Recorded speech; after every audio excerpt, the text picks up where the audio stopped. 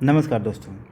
2021 का जो national current affair का सीरीज़ स्टार्ट हुआ है, उसमें अभी हम लोग नेशनल इवेंट्स को देख रहे हैं।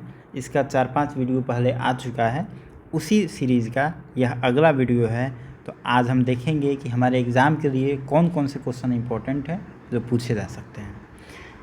यह क्वेश्चन हमने पिछले वीडियो में पूछा था कि भारत का दूसरा सबसे बड़ा स्टेडियम कहाँ बन रहा है।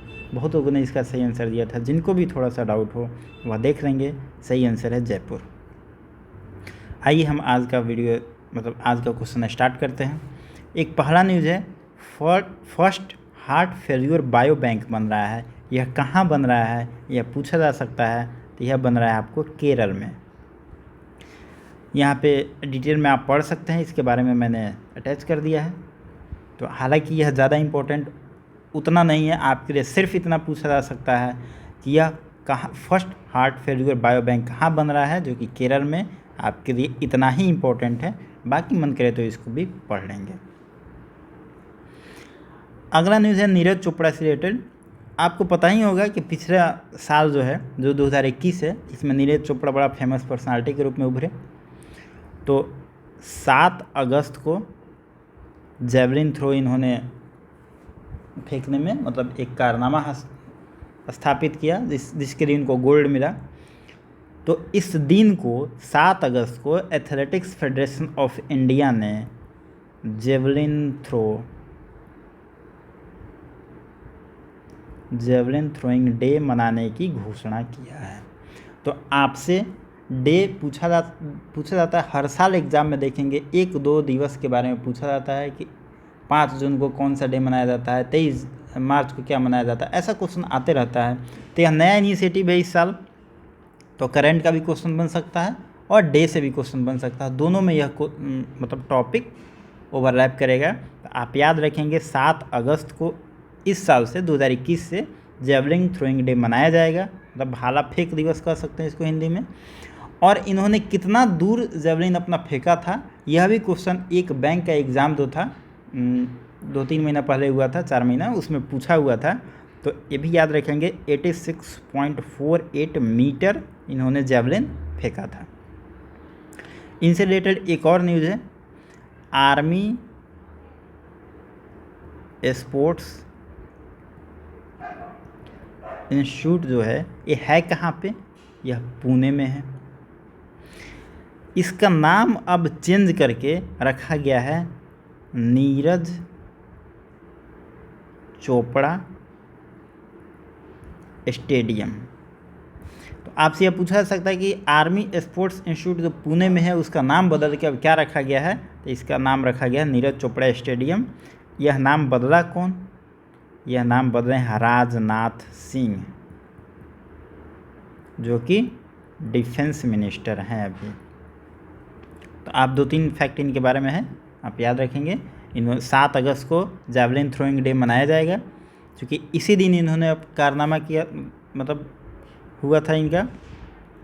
और 86.48 मीटर इन्होंने जेवलिन फेंका था, जिसके लिए इनको गोल्ड मिला है। और आर्मी स्पोर्ट्स इंस्टीट्यूट पुणे में जो है उसका नाम इन्होंने राजनाथ सिंह ने बदल के नीरज चोपड़ा स्टेडियम रख दिया है। अगला न्यूज़ है डिसेंट्रलाइज्ड बायोमेडिकल वेस्ट के बारे में। यह काफ़ी इम्पोर्टेंट है क्योंकि यह बिहार से जुड़ा हुआ है। बिहार में यह कहाँ बन रहा है?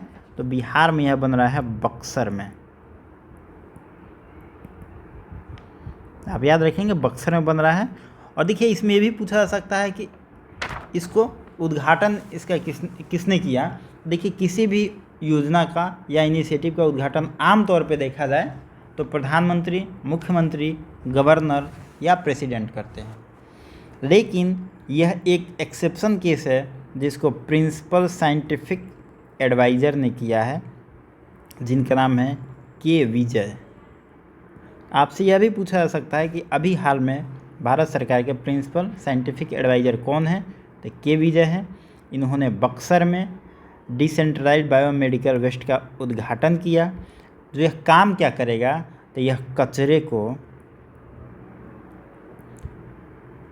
रिसाइकिल करेगा। ठीक है, तो आप इतना ही याद रखिए। इसमें 2 ही 3 टॉपिक इंपॉर्टेंट है। ये बन रहा है बक्सर में और इसको इसका उद्घाटन किया है साइंटिफिक एडवाइज़र जो है के विजय। एक न्यूज़ है विद्या प्रवेश प्रोग्राम। देखिए न्यू एजुकेशन पॉलिसी आई है 2020 में, इस पे एक वीडियो बना हुआ है प्लेलिस्ट में, आप जाकर देख सकते हैं। इस पे क्वेश्चन बनने की संभावना इस साल बन सकती है, क्योंकि जब से लागू हुआ है उसके बाद से बीपीएससी का एग्ज़ाम नहीं हुआ है। जब यह 1 साल इसका पूरा हो गया, न्यू एजुकेशन पॉलिसी का 1 साल जब पूरा हो गया, तब यह विद्या प्रवेश प्रोग्राम को लॉन्च किया गया 1 साल पूरा होने पर। तो यह भी एग्ज़ाम में पूछा जा सकता है कि नई शिक्षा नीति 1 साल पूरा होने पर कौन सा प्रोग्राम लॉन्च किया गया, तो विद्या प्रवेश प्रोग्राम लॉन्च किया गया है। और इसमें होगा क्या, इसमें होगा कि जो भी ग्रामीण क्षेत्र में जो भी स्कूल हैं, गांव में जो भी स्कूल हैं, उनमें प्ले स्कूल की सुविधा दी जाएगी। देखिए अभी तक प्ले स्कूल की जो सुविधा है वो प्राइवेट स्कूल में ही है, सरकारी स्कूल में तो मतलब बड़े बच्चों को पढ़ाने के लिए टीचर नहीं है, तो प्ले स्कूल की बात ही करना बेकार है।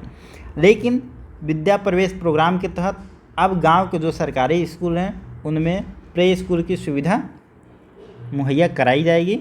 इसके बारे में डिटेल में यहाँ पे आप पढ़ सकते हैं, तो यह इम्पोर्टेंट है, आप इसे याद रखेंगे। इसको प्रधानमंत्री ने लॉन्च किया है। एक न्यूज़ है first green hydrogen fuelling station. यह कहाँ पे बनाया जा रहा है? यह बन रहा है लद्दाख में। यह भारत का मतलब पहला है, तो आप इसे याद रखेंगे। लद्दाख, लेह में यह बन रहा है, तो ऑप्शन में कुछ भी हो, लेह लद्दाख, तो आप आंसर मार देंगे। देखिए लद्दाख का एक और न्यूज़ इंपॉर्टेंट है, world tallest mobile air traffic control tower बन रहा है। यह भी बन रहा है लद्दाख में। देखिए जो लद्दाख एरिया है वो बॉर्डर एरिया में आता है, तो बॉर्डर एरिया का जो सिक्योरिटी होता है वो आम जगह के सिक्योरिटी से थोड़ा सा अलग होता है। तो इसीलिए यहाँ पे यह mobile air traffic control tower बन रहा है और सबसे ऊंचाई पे बन रहा है। इसका काम क्या होगा, इसका अगर हम काम देख लेते हैं तो यह काम क्या करेगा, जितने भी एयरक्राफ्ट होते हैं और हेलीकॉप्टर, उस एरिया में जितने एयरक्राफ्ट और हेलीकॉप्टर उड़ान भरेंगे उनको यह कंट्रोल करेगा, यही कंट्रोल करेगा। पूरे भारत की बात नहीं हो रही है, ये सिर्फ उस एरिया की बात हो रही है। तो world tallest mobile air traffic control कहाँ बन रहा है? लद्दाख में बन रहा है, जो कि उस एरिया के एयरक्राफ्ट और हेलीकॉप्टर जो भी होंगे उनको यह कंट्रोल करेगा। एक अगला न्यूज़ है व्हीकल स्क्रैप पॉलिसी। देखिए व्हीकल स्क्रैप पॉलिसी है, इसमें दो चीज़ों को ध्यान दिया गया है। एक तो है आपका कमर्शियल व्हीकल,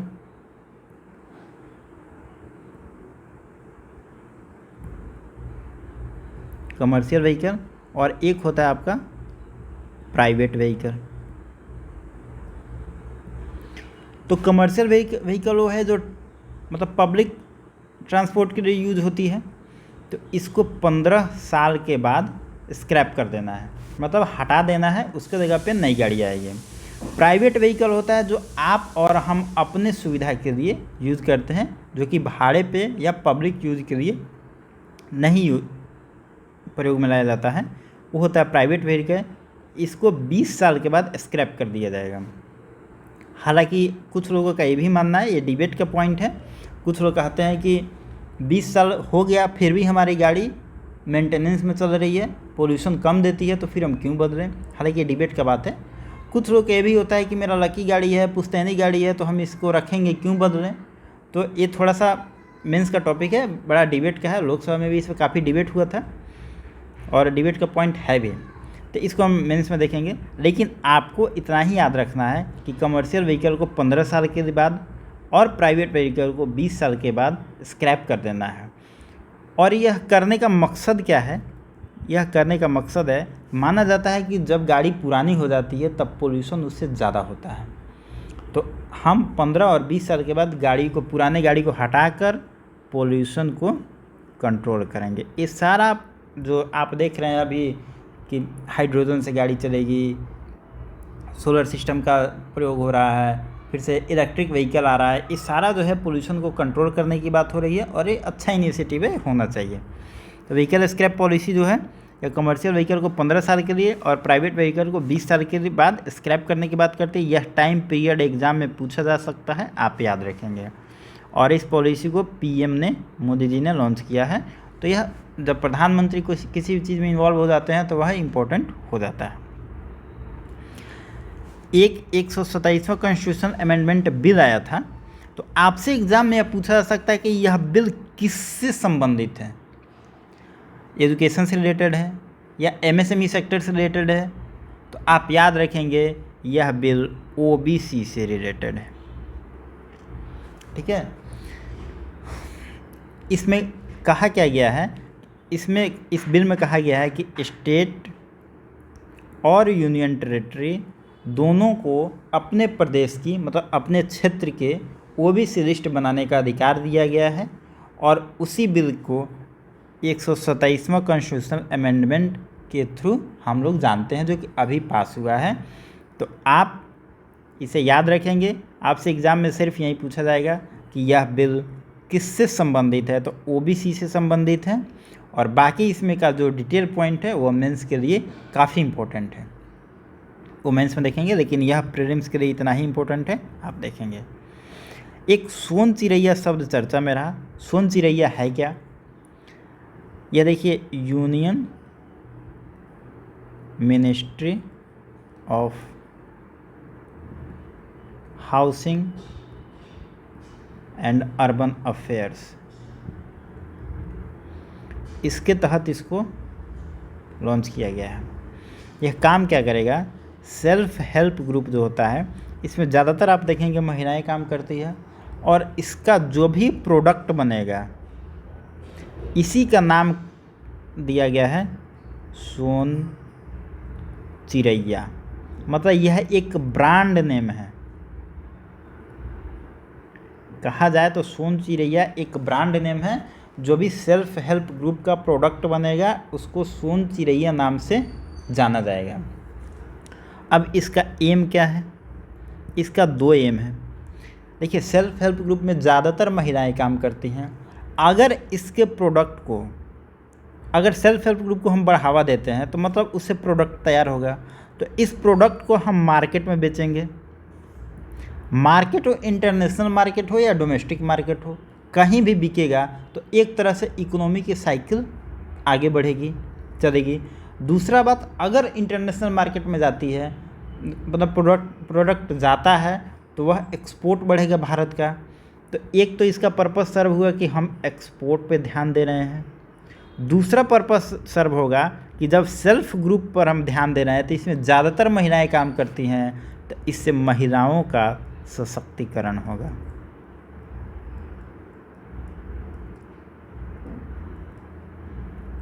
ठीक है, सेल्फ हेल्प ग्रुप आप देखेंगे मेंस का बहुत इंपॉर्टेंट टॉपिक है। एक टॉपिक ही है सेल्फ हेल्प ग्रुप, तो इसी के रिलेटेड है। सेल्फ हेल्प ग्रुप जो महिलाएं हैं उनको सशक्त करना और इससे जो प्रोडक्ट बनेगा उसका एक्सपोर्ट करना, इससे भारत की इकोनॉमी सुधरेगी। और इससे जो भी प्रोडक्ट बनेंगे उनका नाम है सोन चिरैया, जो कि union ministry of housing and urban affair के द्वारा चलाया जा रहा है। एक न्यूज़ है काजीरंगा नेशनल पार्क, यह असम में है, आपको पता ही होगा। काजीरंगा नेशनल पार्क जो है सैटेलाइट फ़ोन से लैस होने वाला भारत का पहला नेशनल पार्क बना है। आप इसे याद रखेंगे, एग्जाम में पूछा जा सकता है कि भारत का पहला नेशनल पार्क कौन बना है जो कि सैटेलाइट फ़ोन से लैस है। तो यह बना है काजीरंगा नेशनल पार्क। एक ऑनर फर्स्ट इनिशिएटिव जो चर्चा में रहा, honour first initiative Indian navy का है। इंडियन नेवी है। इसमें काम क्या होगा? इसमें यही काम है कि जो भी इंडियन नेवी के जो एम्प्लॉई हैं, जो रिटायर कर गए हैं, उनको बैंकिंग सिस्टम से जोड़ना है, बैंकिंग सॉल्यूशन देना है उनको। अभी देख रहे हैं आपकी डिजिटलाइजेशन पे बहुत काम हो रहा है। तो उसी के तहत ये प्रोग्राम है कि बैंकिंग सिस्टम से उनको जोड़ना है ऑनर फर्स्ट प्रोग्राम के तहत। तो बैंकिंग सिस्टम से जुड़ेंगे तो कोई ना कोई बैंक इनको जोड़ेगा। यह बैंक है IDFC। आप याद रखेंगे IDFC बैंक के थ्रू इस इनिशिएटिव को लिंकअप किया गया है, जो कि इंडियन नेवी का इनिशिएटिव है। इस टॉपिक से 3 चीज़ें पूछी जा सकती है। इंडियन ऑनर फर्स्ट जो है यह किस ऑर्गेनाइजेशन या किस मंत्रालय या किस मिनिस्ट्री का कुछ या किस सेना का इनिशिएटिव है, तो इंडियन नेवी का है। दूसरा चीज़ पूछा जा सकता है यह किस पर्पस के लिए किया गया है, तो बैंकिंग सॉल्यूशन प्रदान करने के लिए। तीसरा पूछा जा सकता है कौन बैंक इससे जुड़ा हुआ है, तो IDFC। देखिए गलती से भी SBI मत मारिएगा, क्योंकि ज़्यादातर सरकारी काम SBI से होता है, लेकिन इसमें IDFC से हो रहा है। अगला क्वेश्चन है विभाजन विभीषिका स्मृति दिवस। देखिए यह 14 अगस्त को मनाया गया। सबको पता होगा, हिस्ट्री में तो आप सबने पढ़ा होगा कि 14 अगस्त को पाकिस्तान का निर्माण हुआ और 15 अगस्त को भारत का निर्माण हुआ। तो 14 अगस्त का जो दिन था, मतलब उस टाइम बहुत लोग भारत से पाकिस्तान गए, पाकिस्तान से लोग भारत आए। तो इस दौरान बहुत त्रासदी हुई, बहुत लोगों की हत्या हुई और बहुत अमानवीय घटनाएं हुई, जिसका जिक्र करना ठीक नहीं है। मतलब वो एक त्रासदी के रूप में हम लोग जानते हैं उसको। तो उसी दिन को याद करके कि इन फ्यूचर ऐसी घटनाएं नहीं हो, एक भाईचारा फ्रेटर्निटी की भावना बढ़ाना और एक दूसरे के प्रति सम्मान करने के लिए यह दिवस को मनाया जाएगा। यह घोषणा इस साल हुई है और प्रधानमंत्री ने खुद इसकी घोषणा की। तो यह थोड़ा सा ज़्यादा इम्पोर्टेंट हो जाता है। हालांकि बहुत डिबेट का इशू ये भी रहा था, कुछ लोग का मानना था या नहीं मानना चाहिए, त्रासदी है तो इसको दिवस के रूप में मनाना ठीक नहीं है, लेकिन कुछ लोग ये भी मानना था कि दिवस के रूप में मनाना सही है। और हालांकि वो अलग डिबेट है, उस पर नहीं जाएंगे। आप सिर्फ याद रखेंगे कि विभाजन विभीषिका स्मृति दिवस 14 अगस्त को इस साल से मनाया जा रहा है। देखिए ये थोड़ा सा 2 पॉइंट है, प्रधानमंत्री ने अपने ट्वीट में कहा था, तो आप इसे पढ़ लेंगे, बाकी डिटेल में आप समझ सकते हैं। एक मिशन सर्कुलर इकोनॉमी है, न्यूज़ में रहा। अब मिशन सर्कुलर इकोनॉमी क्या है? देखिए यह एनर्जी सेक्टर से रिलेटेड है।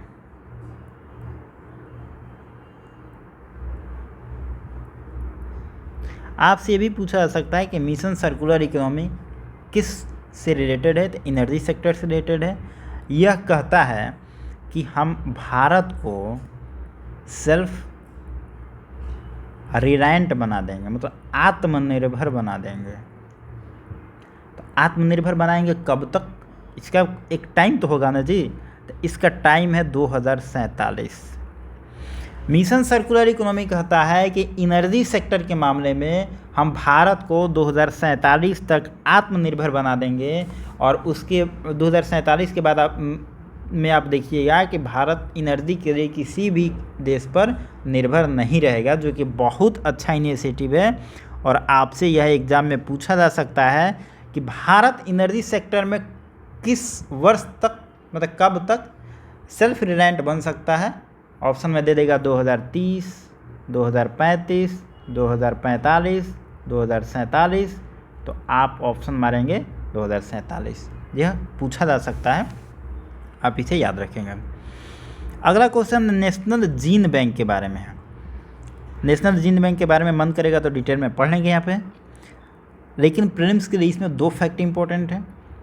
दुनिया का सबसे बड़ा नेशनल जीन बैंक कहाँ पे है? चाइना में है। और अभी भारत में जो बना है दुनिया का 2nd सबसे बड़ा बना है, यह दिल्ली में बना है। नेशनल जीन बैंक एक बायो रिपोजिटरी होता है, तो इसके बारे में आपको मन करे तो डिटेल में यहाँ पे पढ़ सकते हैं। हालांकि यह मेंस के लिए इम्पोर्टेंट टॉपिक है। प्रीलिम्स में आपसे सिर्फ इतना पूछा जाएगा, दुनिया का सबसे बड़ा जीन बैंक कहाँ है, तो चाइना में। और दुनिया का दूसरा सबसे बड़ा जीन बैंक अभी बना है, जो दिल्ली में बना है। और इसका उद्घाटन किए हैं नरेंद्र सिंह तोमर, जो कि कृषि मंत्री हैं, तो उन्होंने अभी इसका उद्घाटन किया है। एक अगला क्वेश्चन है स्मार्ट हेल्थ कार्ड। भारत का पहला स्टेट जो स्मार्ट हेल्थ कार्ड लॉन्च किया है वह है उड़ीसा। यह इम्पोर्टेंट है, याद रखेंगे। 15 अगस्त के दिन लगभग 3.5 लाख लोगों को स्मार्ट हेल्थ कार्ड जारी किया गया उड़ीसा के द्वारा। तो यह भारत का पहला स्टेट है जो कि स्मार्ट हेल्थ कार्ड लॉन्च किया है, आप इसे याद रखेंगे।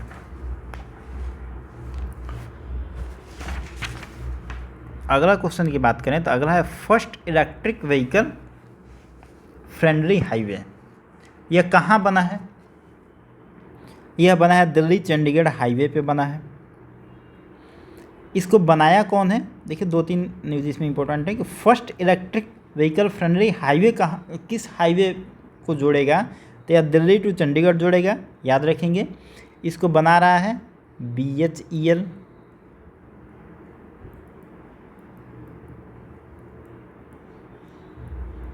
भेल बना रहा है।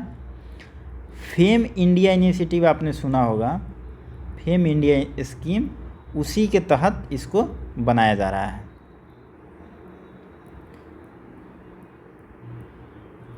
फेम स्कीम के तहत इसको बनाया जा रहा है। तो first electric vehicle friendly highway बन रहा है दिल्ली चंडीगढ़ हाईवे पर, और भेल द्वारा बनाया जा रहा है जो कि फेम इंडिया स्कीम के तहत बन रहा है। एक प्रोजेक्ट अनुभव है। देखिए इससे 2-3 क्वेश्चन पूछा जा सकता है, आप याद रखेंगे इसको। देखिए प्रोजेक्ट अनुभव जो है ये BPCL का प्रोजेक्ट है, भारत पेट्रोलियम कॉरपोरेशन लिमिटेड का। इसने क्या किया है कि एक आर्टिफिशियल इंटेलिजेंस पर आधारित एक चैट बोट बनाया है। देखिए चैट बोट क्या होता है, आप कोई भी शॉपिंग करते हैं फ्लिपकार्ट पे, अमेज़न पे, या कोई भी ऑनलाइन साइट पे आप जाते हैं तो कुछ आपका इशू हो जाता है, तो आप वहाँ पे चैट हियर का ऑप्शन आता है, या कॉन्टेक्ट अस में वहाँ पे जाते हैं तो चैट हियर का ऑप्शन आता है। वहाँ पे आप अपना सॉल्यूशन लिखते हैं तो वहाँ पे आंसर आता है। आप जैसे चैटिंग किसी से करते हैं व्हाट्सएप के थ्रू, वैसे ही आप इधर से चैटिंग करते हैं, कुछ अपना प्रॉब्लम लिखते हैं और उधर से सॉल्यूशन आता है। तो वह कंप्यूटराइज होता है और वहीं होता है चैट बॉक्स। प्रोजेक्ट अनुभव जो BPCL का इनिशिएटिव है, आर्टिफिशियल इंटेलिजेंस पर आधारित एक चैटबॉट बनाया है जो कि इसका नाम रखा है ऊर्जा। तो आपसे एग्जाम में पूछा जा सकता है कि ऊर्जा क्या है, तो आप याद रखेंगे ऊर्जा एक चैटबॉट है, ठीक है। दूसरा पूछा जा सकता है कि प्रोजेक्ट अनुभव किस संस्था के द्वारा या किस मिनिस्ट्री के द्वारा या किस स्टेट के द्वारा लॉन्च किया गया है, तो आप याद रखेंगे यह BPCL कंपनी के द्वारा लॉन्च किया गया है, ठीक है। दूसरा पूछा जा सकता है कि प्रोजेक्ट अनुभव के द्वारा जो चैट बॉक्स लॉन्च किया गया उसका नाम क्या है, तो आप ऊर्जा, ये तो मैंने पहले बता ही दिया। तो यह 2-3 फैक्ट इसमें पूछा जा सकता है। यह तेल और उद्योग मंत्रालय का मतलब पहला चैटबॉट है जो कि कस्टमर को ऑनलाइन आंसर देगा और इससे क्वेश्चन आंसर पूछ सकते हैं कस्टमर। तो आप इसे याद रखेंगे, यह इम्पोर्टेंट है प्रोजेक्ट अनुभव। एक है हाईएस्ट हर्बल पार्क। यह कहाँ पे बन रहा है? यह बन रहा है उत्तराखंड में। उत्तराखंड का जो चमोली जिला, चमोली डिस्ट्रिक्ट, यह बॉर्डर एरिया है, इंडो चाइना बॉर्डर पे है चमोली डिस्ट्रिक्ट। यहीं पे बन रहा है हर्बल पार्क जो कि हाईएस्ट हर्बल पार्क मतलब सबसे ऊंचा है, या लगभग 11,000 फीट की ऊंचाई पे बन रहा है। तो हर्बल पार्क बन रहा है उत्तराखंड में चमोली डिस्ट्रिक्ट में। एक न्यूज़ है म्यूजियम ऑन व्हील्स। यह कहाँ पे बन रहा है? तो म्यूजियम ऑन व्हील्स बन रहा है आपको कलकत्ता में। इसका काम क्या है? आज़ादी के टाइम में जो भी घटनाएं हुई थी, मतलब 47 के टाइम में जो भी घटनाएं हुई थी उनको इसमें एकत्र करके एक जगह करके दिखाया जाएगा। यह आज़ादी की याद को ताज़ा करेगा और उससे रिलेटेड चीज़ों को दिखाया। देखिए ये इस तरीके का बहुत इनिशिएटिव इस साल लिया गया है क्योंकि भारत अभी अमृत महोत्सव मना रहा है, जो 75 साल के पूरा होने के अवसर पे भारत अमृत महोत्सव मना रहा है। तो आज़ादी से रिलेटेड बहुत सारे इनिशिएटिव लिए जा रहे हैं, उनको दिखाया जा रहा है और आने वाली पीढ़ी को बताया जा रहा है अपना इतिहास क्या था। और आप लोग, सबसे अच्छी चीज़ है कि आप लोग कम से कम पढ़े हुए हैं, तो इन सब चीज़ों को बढ़िया से समझिएगा, क्योंकि आपने मॉडर्न हिस्ट्री वगैरह डिटेल में पढ़ा हुआ है। तो इसी का एक इनिशिएटिव है म्यूजियम ऑन व्हील्स, जो कि कलकत्ता में मनाया जा रहा है। तो आपसे ये पूछा जा सकता है कि म्यूजियम ऑन व्हील्स कहाँ मनाया जा रहा है और इसका पर्पज़ क्या है। एक है जज्बा ए तिरंगा। जज्बा ए तिरंगा जम्मू में किया गया, जम्मू में आयोजन किया गया इसका। यह इंडियन आर्मी का इनिशिएटिव है, इंडियन आर्मी का इनिशिएटिव है। ये है का जज्बा ए तिरंगा 400 किलोमीटर का एक रिले रेस कराया गया, रिले मैराथन। 400 किलोमीटर का एक 400 मीटर सॉरी होगा 400 मीटर का एक रिले मैराथन कराया गया। उसमें उसी का नाम दिया गया यहाँ पे जज्बा ए तिरंगा, जो कि जम्मू में कराया गया और यह इंडियन आर्मी का इनिशिएटिव है।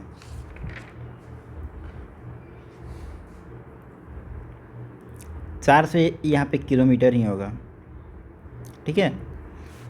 तो जज्बा ए तिरंगा क्या है, इंडियन आर्मी का 400 किलोमीटर का एक रिले मैराथन है, जिसको जम्मू में कराया गया। आप इसे याद रखेंगे। एक सुभद्रा कुमारी चौहान बहुत चर्चा में थी। सुभद्रा कुमारी चौहान, देखिए इनका जन्म हुआ था प्रयागराज में, यूपी में इनका जन्म हुआ था।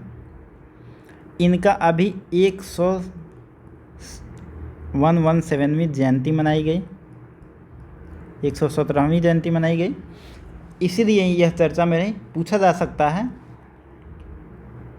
इनका जो पहला सबसे फेमस जो कविता था झांसी की रानी, आपने पढ़ा होगा हिंदी में, खूब लड़ी मर्दानी वो तो झांसी वाली रानी थी, इन्हीं की कविता है और यह उनके जीवन का सबसे फेमस पोएम में कहा जाता है। और इनका अंतिम जो कविता था उनका नाम था प्रभु तुम मेरे मन की जानो, यह अंतिम कविता था इनका। और जो झांसी की रानी कविता थी इनके जीवन की सर्वश्रेष्ठ कविताओं में एक है, और इस कविता के थ्रू सुभद्रा कुमारी चौहान को सब कोई जानता है। यह एक कवित्री थी जो कविता लिखती थी बहुत अच्छा, और एक स्वतंत्रता सेनानी भी थी, फ्रीडम फाइटर भी थी। इनका 1948 में एक कार एक्सीडेंट में मृत्यु हो गई। तो आपसे भी पूछा जा सकता है कि हाल ही में अभी कौन सी कवि ऑब्लिक कवित्री का 117वीं जयंती मनाई गई, तो आप याद रखेंगे सुभद्रा कुमारी चौहान।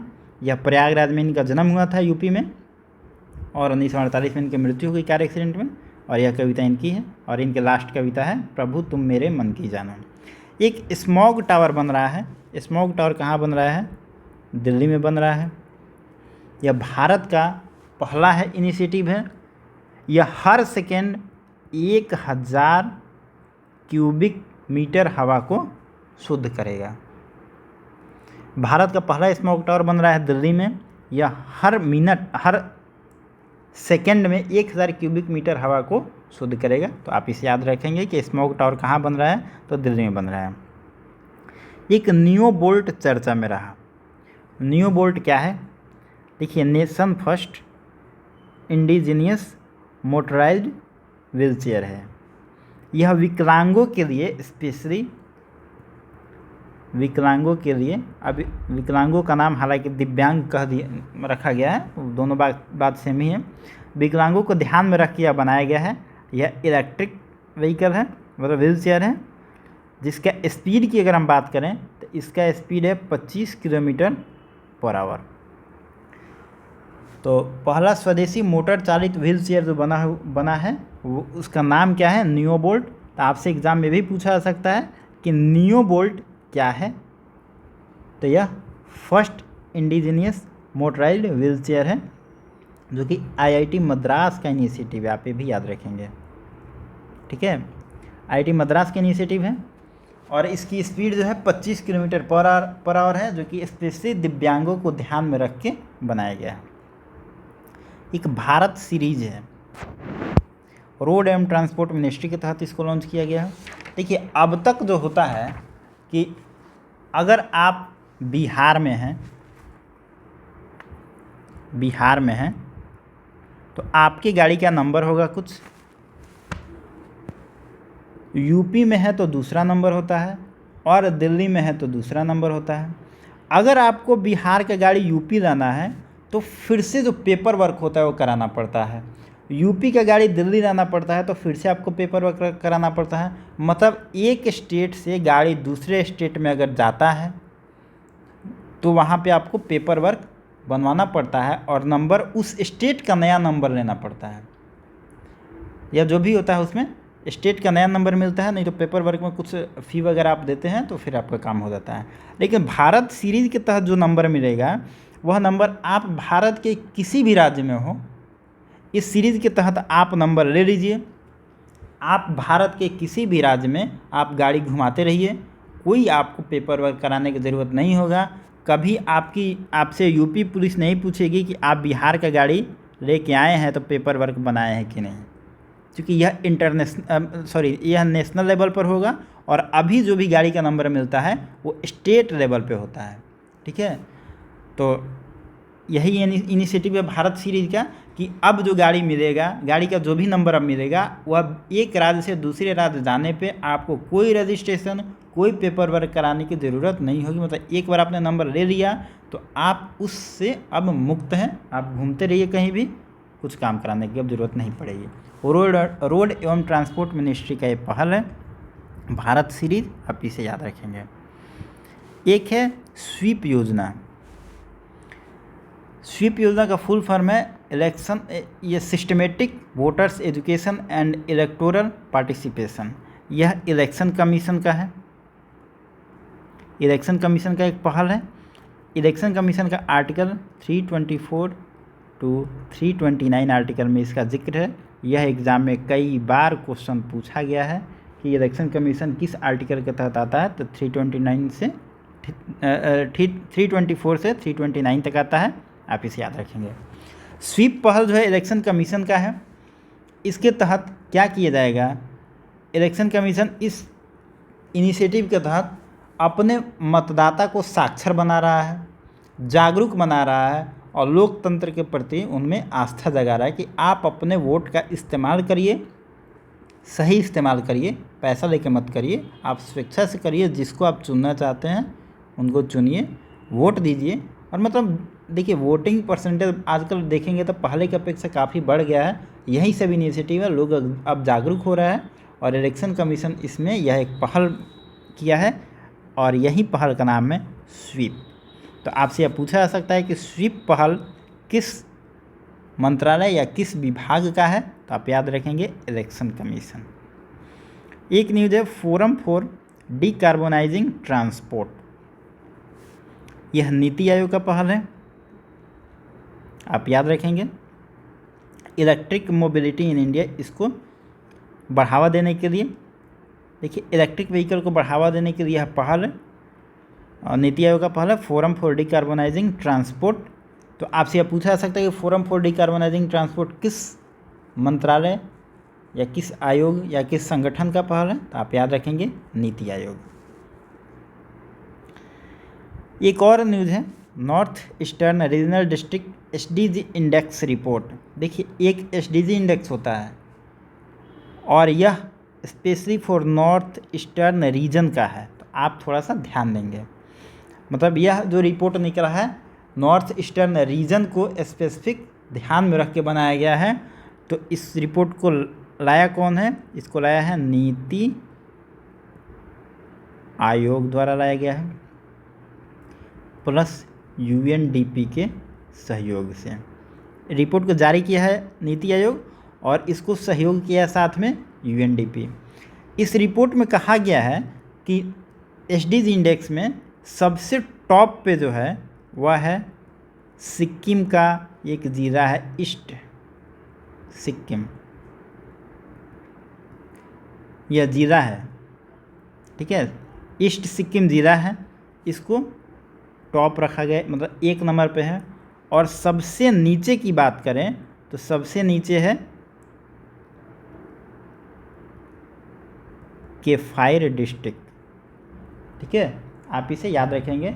सबसे टॉप पे जो ज़िला है उसका नाम है, सिक्किम का ज़िला है ईस्ट सिक्किम, और सबसे नीचे जो ज़िला है उसका नाम है किफायर डिस्ट्रिक्ट।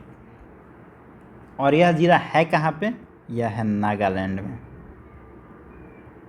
आप याद रखेंगे, सबसे टॉप पे है सिक्किम का ज़िला और सबसे बॉटम पे है नागालैंड का ज़िला, जो नाम है किफायर डिस्ट्रिक्ट।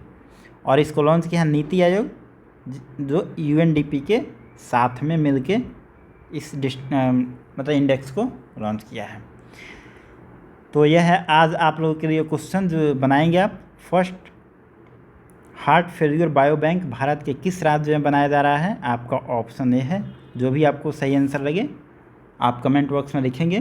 तो मिलते हैं नेक्स्ट वीडियो में। Thank you.